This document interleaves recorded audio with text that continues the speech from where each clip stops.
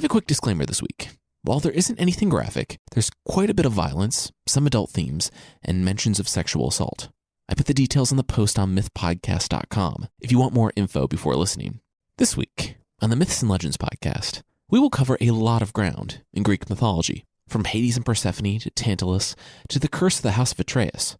It's a big, dark week, and you'll see why you probably should not dog sit for Zeus, and why you should pass on any invitation to an ancient Greek potluck dinner. Then, on the Creature of the Week, it's a water creature that might try to lure you into the water with his good looks. Well, that is, if you can get over his stinky back hair.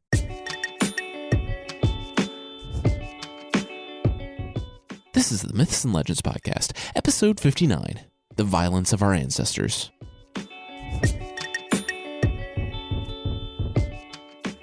This is a podcast where I tell stories from folklore. Some are incredibly popular stories you think you know, but with surprising origins. Others are stories you might not have heard, but really should. Like I said, we're back in Greek mythology, so that of Zeus, Hera, Hercules, Hades, and all of them. You don't really need any background for this one, even if you haven't heard the others. The Olympians are immortal and terrible, and the time period doesn't matter much. Though this is the generation before the Trojan War, so 1200 to 1300 BC, and we'll jump right into the story of Hades and Persephone.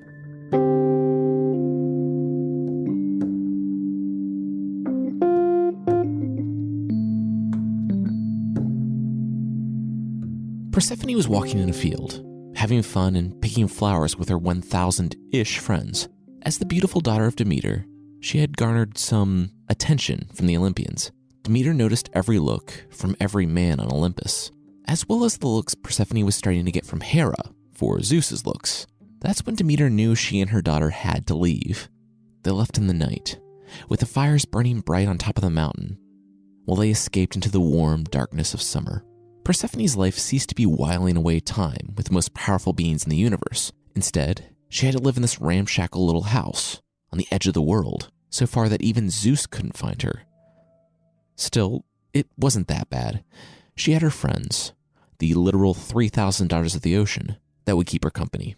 Persephone didn't see the danger of catching the eye of an Olympian. She didn't understand why they had to leave Olympus.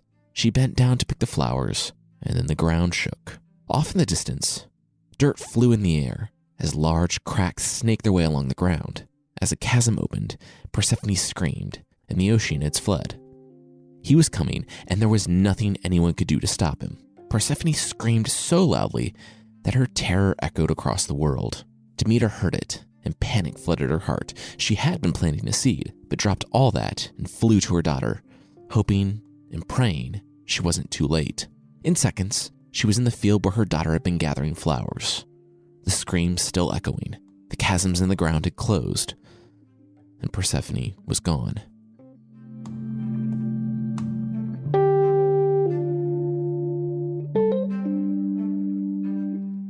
Winter was coming, and absolutely no one was ready for it. That was because, well, it had never happened before. The plants withered, and the ground began to freeze, and people rushed to put on anything that would shield them from the biting cold, and hoped this winter wouldn't become a regular thing. It was because of Demeter's deep despair over the disappearance of her daughter. She searched the face of the earth for days, and then weeks. Unfortunately, she had hidden her daughter too well, far from the sight of the Olympians. No one knew anything. That is, until a witch showed up at her proverbial door. You might remember Hecate from the Jason and the Argonauts series. She was the goddess of witchcraft, magic, ghost, necromancy, sorcery, and other things. Medea was one of her priestesses, and while it totally makes sense that she would live in the underworld, she was also highly regarded, especially by Zeus. Hecate was a 3-in-1 goddess, meaning that she was in 3 people all merged at the back. She had 6 legs, 6 arms, and I would imagine couldn't walk anywhere without 2 people awkwardly walking backwards. She said she, or they, had news of Persephone.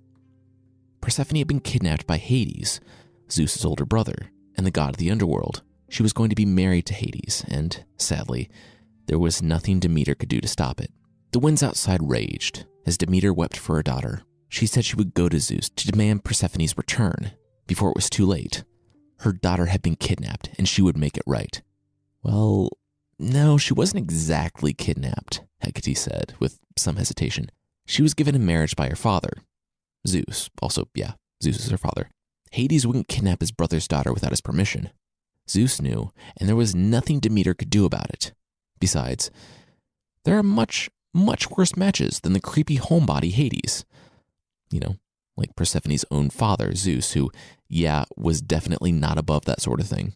Demeter thought about it, and she had to admit that even though her daughter's father was disgusting, Persephone still had been abducted and would be forced to marry her uncle. Just because this wasn't as bad as Zeus wasn't exactly a comfort. Being a better match for Persephone than her violent, vile father is a comically low bar. Hecate tried to say, but, Hades isn't doing too bad. I mean, he owns a third of the world. Oh, a third of the world, Demeter said? You mean the third that's cold, dark, and stuffed with dead people? Yeah, no thanks. Demeter gritted her teeth, pushed past the 3/1 woman, and burst out the door into what was now a blizzard. Demeter did some soul searching after that, and she found herself in a city, in disguise, and inadvertently bumped into a woman looking for a nanny. Demeter was hired to look after a new baby boy, and partially because she missed Persephone, and partially because she liked the kid, she decided to make the kid immortal. Part of that process was anointing him with the nectar of ambrosia and burying him nightly in the fire. Note, do not try this at home, anywhere else, or ever. The mother surprised Demeter one night as the goddess was heaping hot coals on the baby, and the mother was pretty upset about this. Can't imagine why. The mother scrambled to the fire and pulled the boy out, throwing him to the floor and injuring him. Demeter then revealed what she was doing, and since the mother wasn't cool with a stranger heaping hot coals on her baby, Demeter would not be giving the child immortality. Bye. Mythology really gives mixed messages when it comes to which strangers you should let watch your child / bury them in fire. I'm going to be safe and say maybe don't let possibly mythological creatures watch your children / bury them in fire. Things got bad. Zeus was angry. Not only was nothing growing on the face of the earth and people would die, and that was sad, he supposed, but it was just so cold all the time. It was not toga weather, and this made Zeus angry. You wouldn't like him when he's angry. I don't think I'd like Zeus anyway, but you've probably picked that up by now. Something had to be done about Demeter and her mood, so Zeus invited her to dinner. If there was ever someone honored by the Olympians, and by Zeus in particular, it was Tantalus. Tantalus was the son of Zeus, and not only was he, a human, allowed nearly unrestricted access to Olympus, but he was a close confidant and advisor to Zeus himself. I honestly can't decide if Tantalus was ungrateful and a little dumb and just needed to push things a little farther, or if he realized that he was a human among the immortal and capricious Olympians, and while things were going well right now, they might not stay this way forever, and he had to have a plan for when things inevitably went pear-shaped. So, of course, he stole the nectar of ambrosia and gave it to his human buddies. It would give extreme longevity, or even immortality, if used appropriately, and Tantalus had siphoned off a bit here and there and snuck it out of Olympus for months. Now, he and his friends had a basin of ambrosia. They knew the omniscient gods would come for them. They gripped their swords. They had arms and the freedom to use them. Let the onslaught from heaven come. But it did not come. Weeks passed, and then months, with Zeus still chatting with Tantalus amicably on almost a daily basis. Then, Tantalus realized something. The gods were not omniscient. They weren't all-knowing. Tantalus smiled. This knowledge was even more precious than the ambrosia. The gods were like humans, except truly immortal, and with superpowers. Once again showing his penchant for taking things just a bit too far, Tantalus knew he had to test their abilities. He invited the deathless gods to dinner. Okay, so nothing in Tantalus's life is really set in stone, except how everything goes horribly wrong for him, but we'll get to that. And in a few hours, the deathless, most powerful beings in the universe would be sitting in his breakfast nook, and he forgot to go grocery shopping. Then he had an idea for a kind of prank or test. He called his son to him, a young man named Pelops.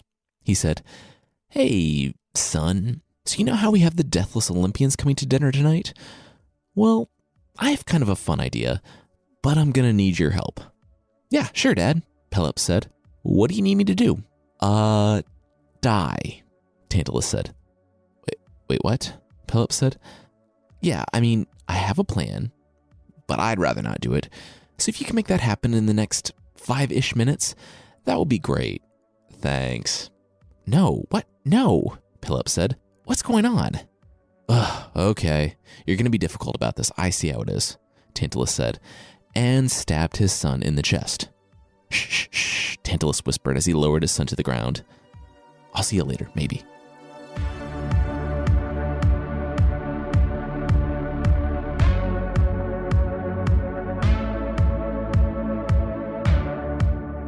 The Olympians were hungry, and even though whatever Tantalus was cooking smelled great, it was taking forever, and it led to some uncomfortable conversations.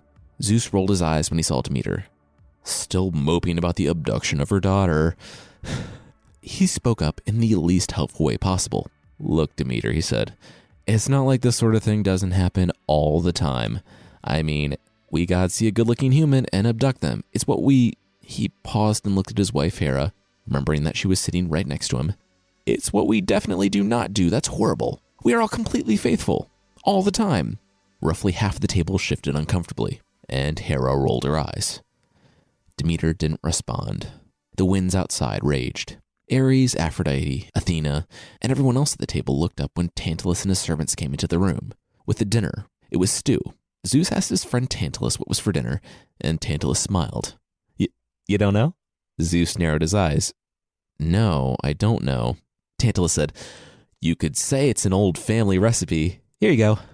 He set the bowl down before Zeus and the others, but the king of the gods looked at it, looked at Tantalus and said, wait, is this... No one eat the stew. The gods looked at him. Why not? Because it's his son, Zeus said. Tantalus started a slow clap. Bravo. He wondered when the gods would catch on. They obviously weren't omniscient. It took them long enough to figure it out, and they still didn't know about all the ambrosia he stole. Wait, did he say that out loud? Zeus clenched his jaw in rage and nodded. The Olympians recoiled in horror from the several ancient Greek taboos that had been served to them for dinner. All but one Olympian, Demeter, still in her funk after Persephone's abduction. She wasn't paying attention to the conversation and had enjoyed a few bites when she looked up and saw everyone staring at her in horror and disgust. Tantalus said, okay, you all look mad, but we'll all laugh about this someday. Now, I'll go get the bones. Are you going to bring my son back to life or what? They said, yes, you freaking sociopath. We will bring your son back to life. But what is the matter with you? Also, sidebar, remember how I said the bar for worse than Zeus was basically rock bottom? Well, after killing your child and serving him for dinner just for the lulz, I would like to say, welcome to rock bottom, but just wait, it gets so much worse. Before going on, there are two reasons for Tantalus's extremely messed up recipe. One reason was that he wanted to test the omniscience of the Olympians, and the other was that he had them over and realized that he didn't have any food, so he committed two really extreme taboos out of respect? My guess is that it was the first, wanting to test them out, and knowing that they would bring his son back, because they had done it before, because having children served in a dinner to them was apparently shockingly common. Zeus sighed. This is why we can't ever do stuff as a family. Without even looking, he pointed one hand at Tantalus, and lightning erupted from his palm Emperor Palpatine style, instantly incinerating Tantalus and killing him. All right, Zeus said. Let's get this kid put back together and go home.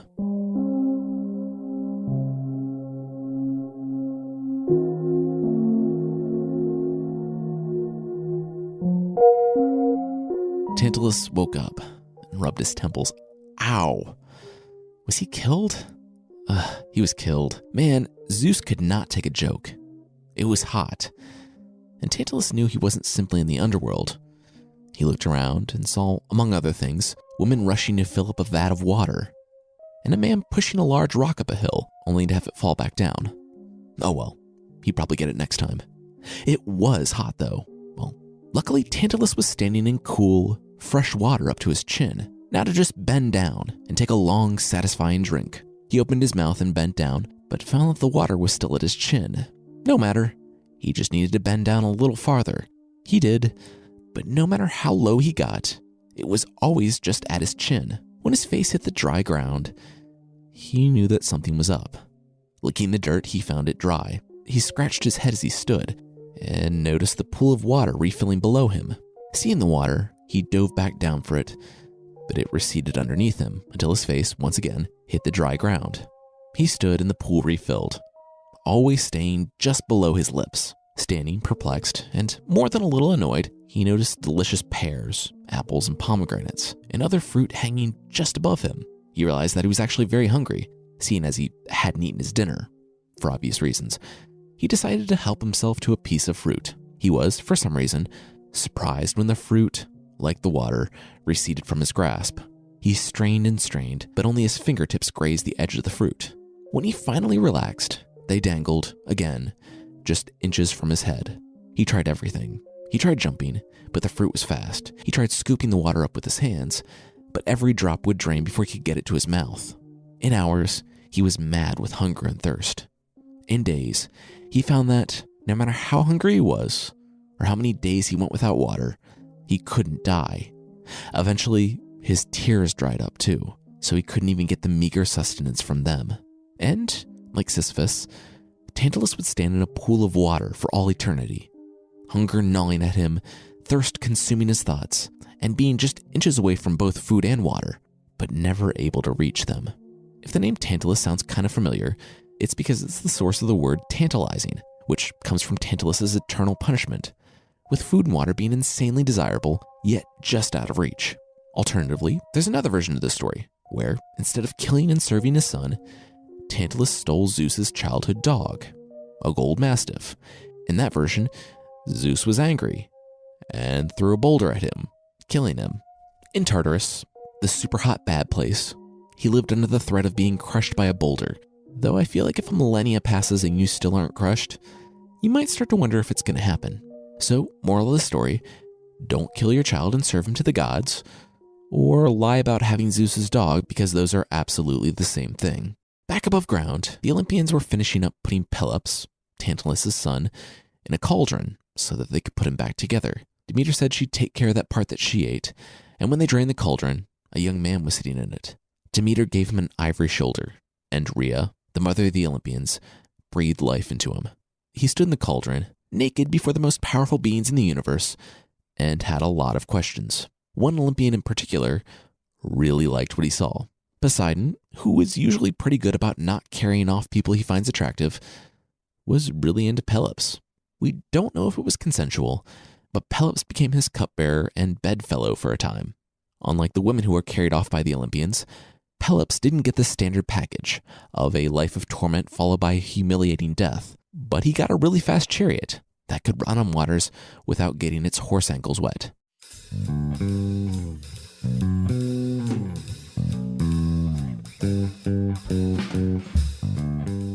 We're going to jump right back into the story of Persephone and Hades, but that will be right after this. This week's episode is brought to you by Loot Crate.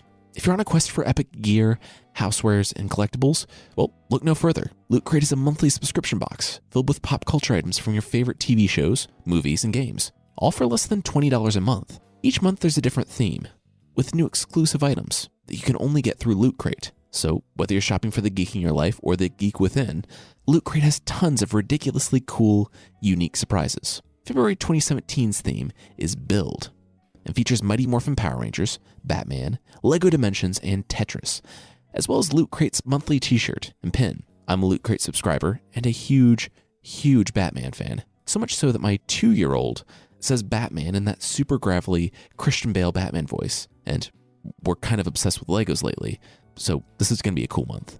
If you'd like to get the crate, you have until February 19th at 9 p.m. Pacific to subscribe and receive this month's crate. But after the cutoff happens, that's it, it's over. So don't wait. Head to www.lootcrate.com/legends and enter code LEGENDS to save $3 off any new subscription today. That's lootcrate.com/legends, code LEGENDS, for $3 off any new subscription. This week's episode is brought to you by Movement Watches. A watch is something small, but it's noticeable. I have a Movement watch.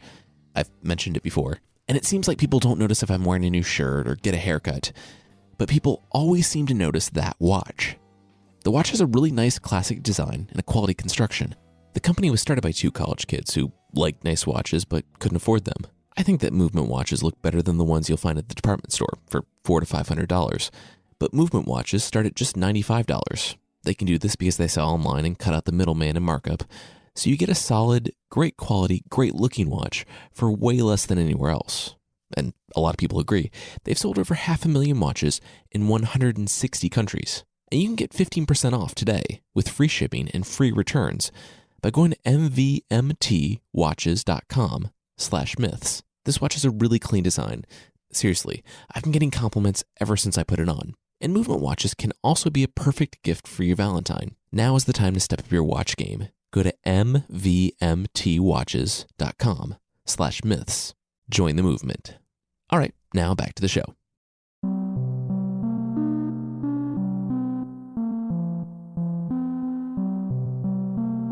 It had been a few weeks since Persephone had been kidnapped, and the whole earth was crying out despair. People were freezing. Maybe because it was the right thing to do to safeguard the future of humanity, or maybe because all the young men and women being shut up in their homes was really cramping Zeus's dating strategy. Zeus suddenly cared a lot about the future of humanity and decided to fix this issue. He would talk to Hades, and Persephone would be coming home. It was an uncommonly happy day in the underworld when Iris, the messenger of the Olympians, arrived. Despite the whole abduction and forced imprisonment for weeks, Hades had been fairly nice to her. He didn't lay a hand on her and gave her all she needed. Just this morning, he had given her 6 pomegranate seeds. What a bounty. And as she finished eating the last of the seeds, she blinked as she entered daylight and the world of the living. It was frozen, though, and all the plants and flowers were dead. The rivers were starting to swell with the melted snow, so it looked like things were starting to thaw. What happened here? Persephone asked. You don't even want to know, Iris said. It's this thing we're calling winter, but it's over and it is not happening again. Let's just go get you to your mom. Persephone smiled, and Demeter wept for joy when her daughter was brought to Olympus. The sun rose higher in the sky, warming the earth, and Demeter hugged her daughter. Her girl was home. She had done it. The Olympians couldn't take her daughter away from her. She held her daughter's hands and then told her to go change out of her traveling clothes. She had a banquet planned to celebrate Persephone's return. As Persephone walked away, Demeter looked down and noticed a slight red stain on her hands. It had come from Persephone. She smelled it. It was fruit. Pomegranate. Oh no, Demeter said to herself.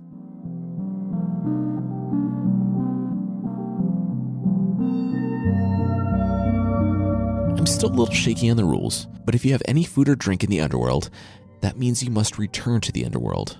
With just 6 pomegranate seeds, Persephone's fate had been sealed. Hades had tricked her, and she had to return to him every year for 3 months. Demeter tried to be happy that her daughter was back, at least for a short time. And for a few months she was. Her daughter was home. But around September or October, Demeter began to grow sad. She could see it in her daughter's face. Persephone was starting to weaken. If she didn't return to the underworld soon, then Demeter would lose her forever. The first year was tough, and Demeter couldn't help but be sad. Unfortunately, the weather couldn't help but match Demeter's mood. The world was, once again, forced to endure winter. Persephone said hi to her friends, Hecate, and sat down for a long 3 months of strained dinner conversations with her not at all consensual husband. Hades was as happy as the grim and dour god of the underworld could be. This is probably the root of that cheesy saying, if you love something, set it free, and if it returns, it is meant to be. If not, well, give it cursed underworld fruit to compel it to return to you 3 months out of the year, plunging the world into icy darkness.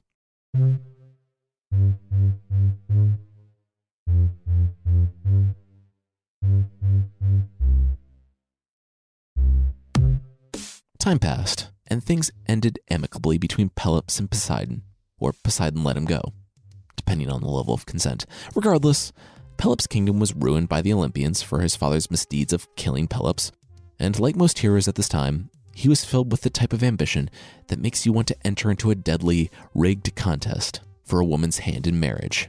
King Oenomus was hanging a decoration in his house. He pounded the nail, stepped back, and looked. Nope, not level. He adjusted it. Perfect. He took about 3 or 4 steps back until he could see the whole wall and the now 12 human heads that were all lined up and level. He smiled. Perfect. Who said he needed to hire an interior decorator? The heads on the walls were of King Oenomus's daughter's almost boyfriends. She was a beautiful young woman who had more than a few suitors show up seeking her hand in marriage. The king was 12 for 12, in murdering his daughter's would-be husbands. The deal for the daughter's hand was this. The king would give you a head start in your chariot.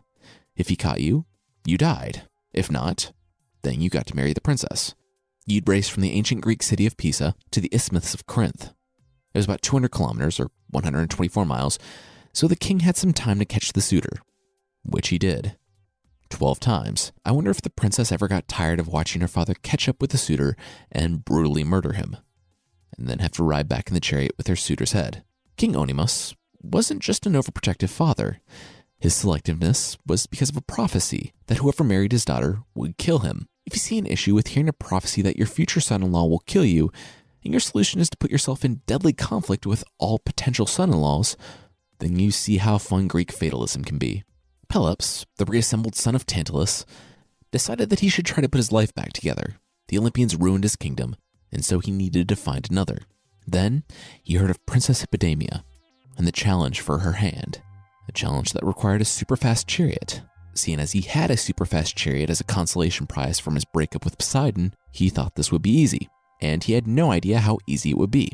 King Onimus's charioteer, named Myrtilus, was in love with Princess Hippodamia. He was either too scared or too smart to try to win her hand from a murderous father, who also happened to be his employer. Hippodamia just liked him as a friend.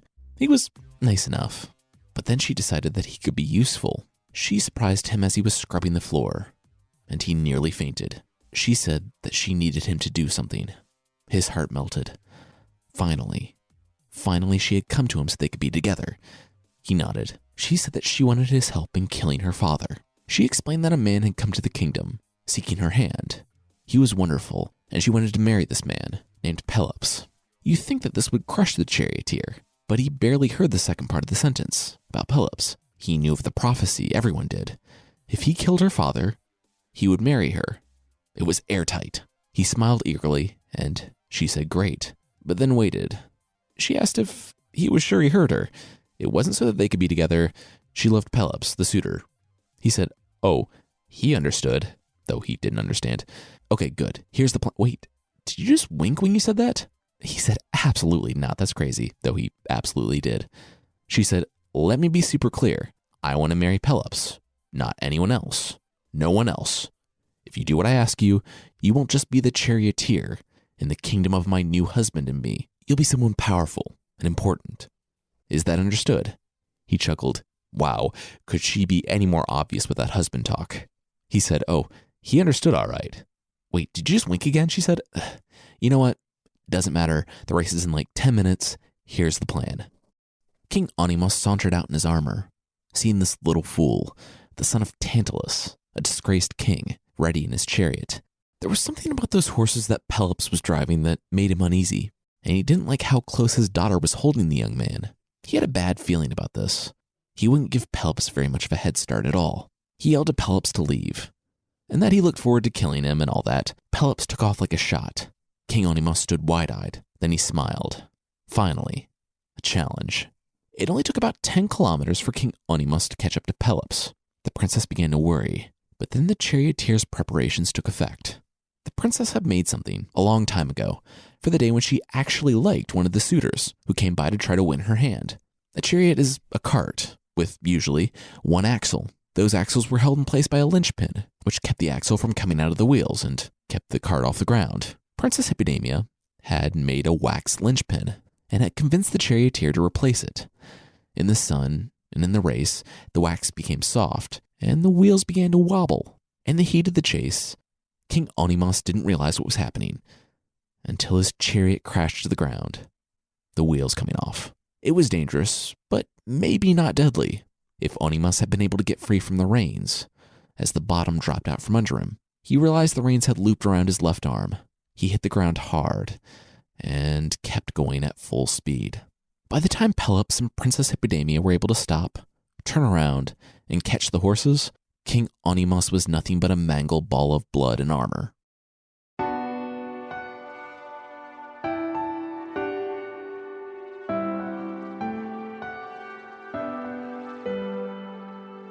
It was Hippodamia and Pelops' wedding night. The king had been buried with all honors. They took down his morbid decorations, and now they were riding back for Pisa, with Myrtilus, the charioteer who had helped them kill the king. They stopped off because the three of them were parched, and now King Pelops left to get water. Myrtilus watched Pelops go, smiled, and looked at Hippodamia. "That was really nice of him to leave us alone," Myrtilus said. "So, does here work for you?" "I mean, it works for me. Basically anywhere will work for me, though." Hippodamia was confused. "What are you talking about?" she said. He said, "Oh, I think you know what I'm talking about." She looked at him. "What? No. What?" He said, "That was part of the deal. I kill your dad, I get to, you know." She recoiled and screamed for Pelops. Myrtilus gritted his teeth. He said, "Yeah, let's talk to Pelops." Pelops emerged minutes later to a very distraught Hippodamia, who said that Myrtilus had made advances on her and was acting super weird. Pelops sighed. "And this is something you don't want to do?" She said, "No, absolutely not. Wait, why?" Pelops took a deep breath. "Tell her why, Pelops," Myrtilus said. Pelops glared at him. "I'm getting to it, Myrtilus." Pelops turned to his new wife and said, "Hey, so don't be mad, but I may have gone to Myrtilus the day before the race and asked him to sabotage your father's chariot.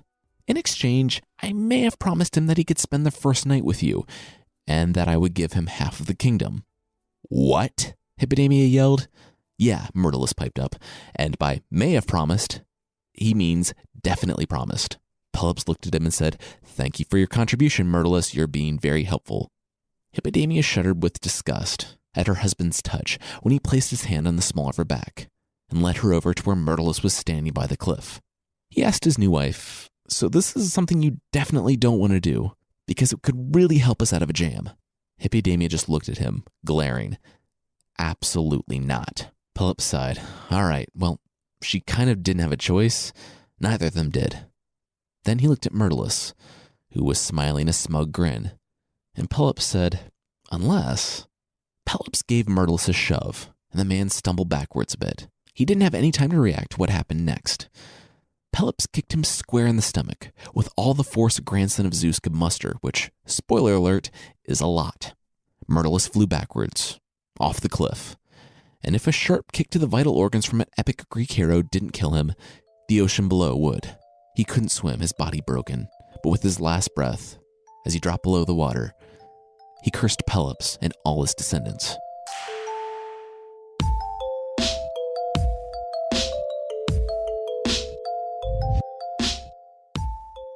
Pelops and Hippodamia settled into a marriage that is as happy as one that includes the murder of a parent and the promising of your spouse to another for said murder could be. The family of Tantalus would have a difficult time. They are cursed, of course, by Tantalus's original horrific act of murdering his son and serving him to the Olympians. In Greek mythology, this sort of stain carries on to the children, and each generation must answer for the sins of their ancestors.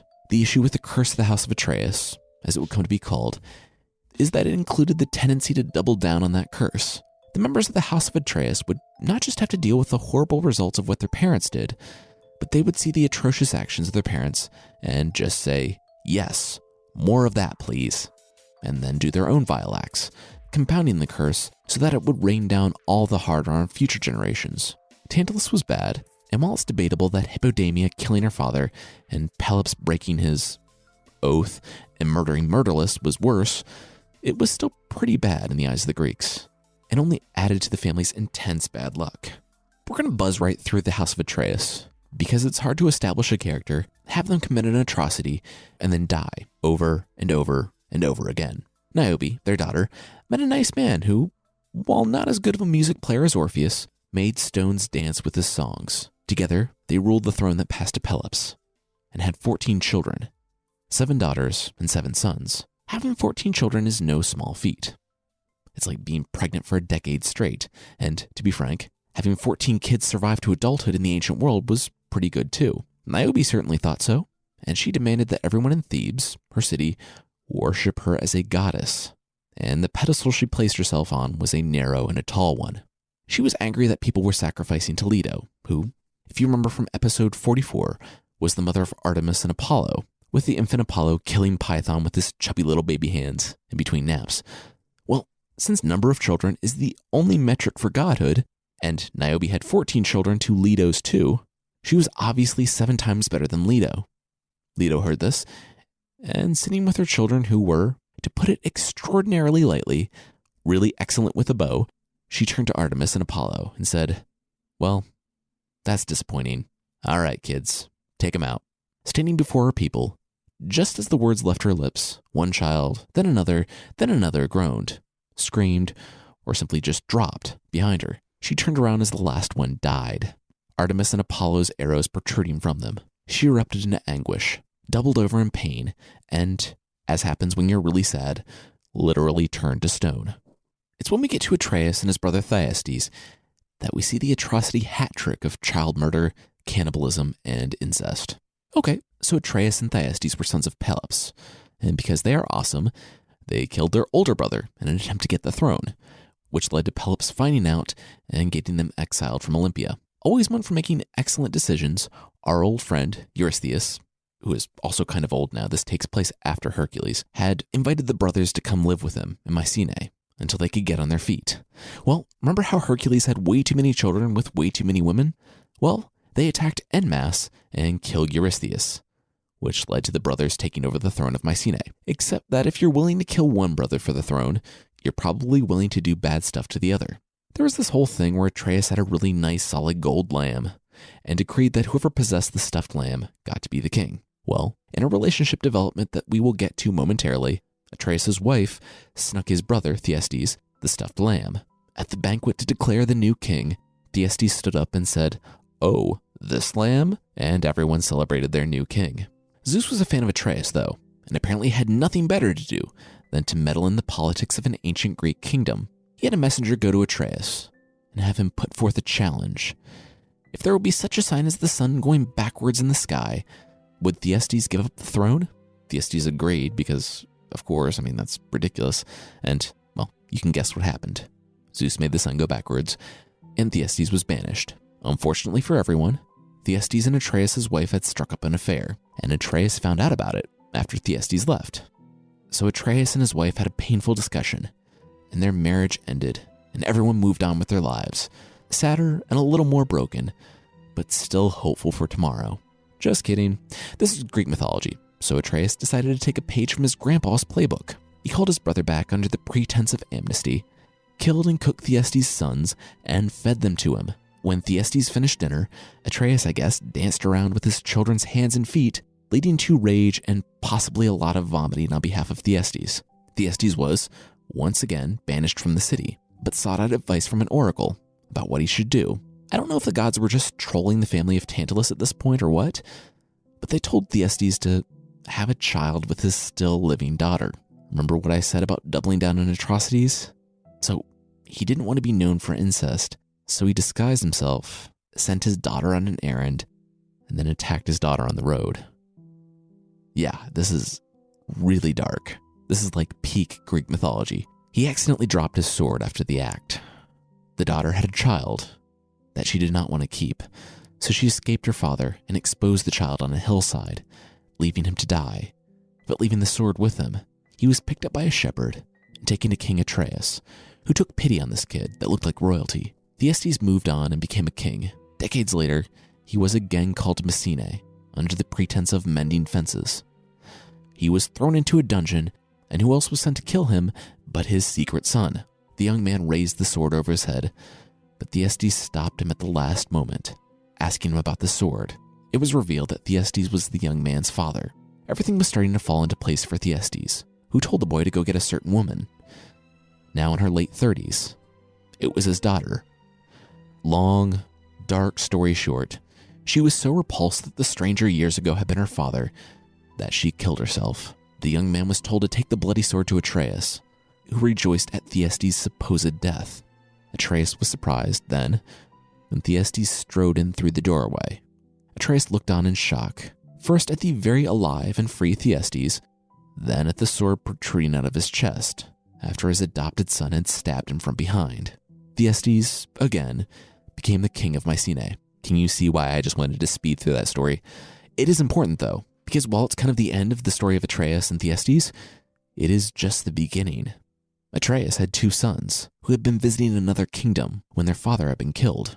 They were now dispossessed of their birthright. Exiles. Even though they wouldn't have their father's kingdom, they would take his curse, the curse of the house of Atreus. Their names were Agamemnon, who would become the leader of the Greek forces at the Trojan War, and his brother, Menelaus, who would marry the beautiful princess of Sparta, a young woman named Helen, who would come to be associated with a city halfway across the known world in a war that would take a decade, consume countless lives, and would go down in legend as shaping the world as we know it.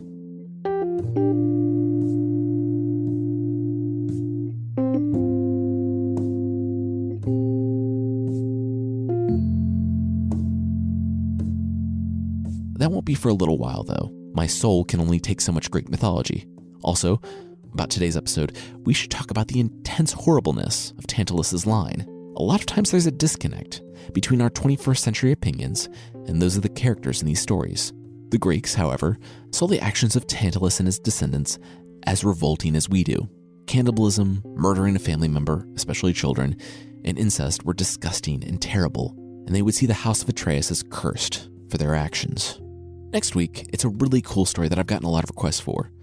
It's the story of the Ring of Solomon and of the Dragon of the North. And if that sounds straight out of Tolkien, believe me, I made way too many Tolkien references in that episode. Also, on the plus side, I can promise that there won't be any child murder. I want to say thanks to Prius P88, Mavicat, Deadwood 007, General Lotso Dorkalicious, Zippy Wow So Great, Elementary, Cats Are Awesome, Anne-Marie McPhee, Brugalation, ZV1975, I Love Beer 6969, Ricky B 823, London Sheep, Mountain Dew Alchemist, and Dirty Deanna for the reviews on iTunes. Thank you all so much. It is a huge help, and I just love to hear from you. If you'd like to leave a review, iTunes is the best place, and you can find the show there at itunes.mythpodcast.com. Also, real quickly, you may know this, but we have a Myths and Legends store, and we just added new stuff to it. We added some posters and a t-shirt to the store. There's a Boy Who Drew Cats poster, a Cat Sith poster, and a new Blame It on the Buttercat shirt, in addition to the 3 shirts and 1 poster that were already up there. You can find the store at mythpodcast.com/store.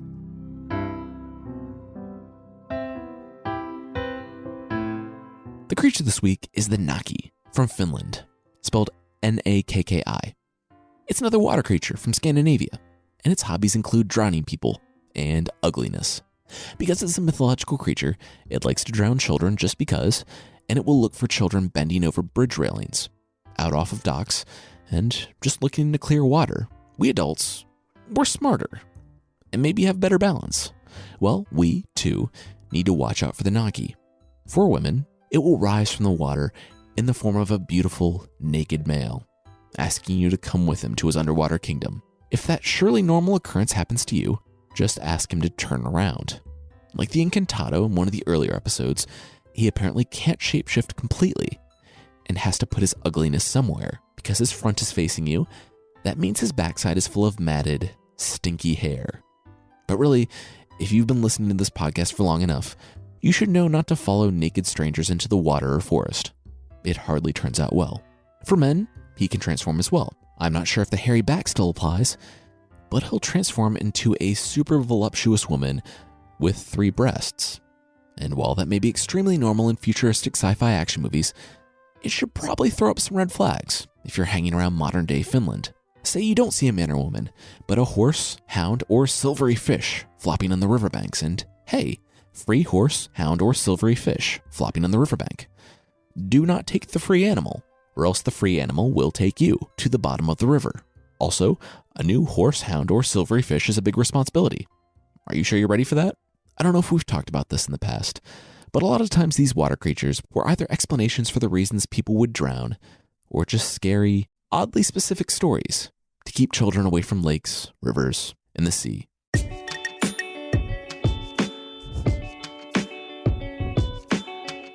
That's it for this week. The theme song is by the band Broke for Free, and the Creature of the Week music is by Steve Combs. And there are links to other music in the show notes. If you'd like to say hi on social media, I'm on Twitter, Facebook, and sometimes Instagram at MythPodcast. Thanks again to Loot Crate for sponsoring this episode. Whether you're shopping for that geek in your life or the geek within, Loot Crate has your monthly fix of pop culture items, all for less than $20 a month. Order this month's box before 9 p.m. Pacific time on the 19th to receive tons of cool gear related to the theme Build, featuring Mighty Morphin Power Rangers, Batman, LEGO Dimensions, and Tetris, as well as Loot Crate's monthly t-shirt and pin. Just head to lootcrate.com/legends and enter code LEGENDS to save $3 off of any new subscription today. All right, that's it. Thank you so much for listening, and I'll see you next time.